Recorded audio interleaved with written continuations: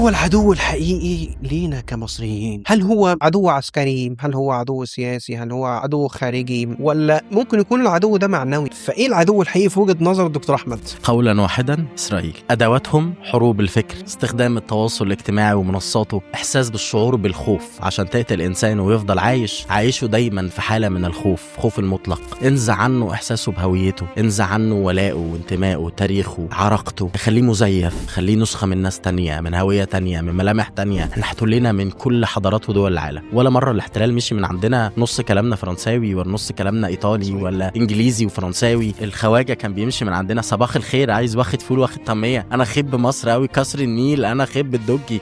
هو هويتنا، اعتزازنا بهويتنا، وان احنا ما نفقدهاش، ونفضل عارفين معنى علم بلدنا بكل لون من الوانه. الاحمر دم بذلناه، الابيض مستقبل بنيناه وبنبنيه وهنبنيه، الاسود ظلم وظلام وقهر وجهل وحروب فكر رفضناها عشان نفضل بعزتنا نسور نسر اللي في قلب العالم ده بعزة وشرف وكرامة، البلاد وغوص العباد. دي الهوية، اعتزازك بيها بتكبرك، انك تكبر الارض اللي واقف عليها تكبر معاها، مش العكس.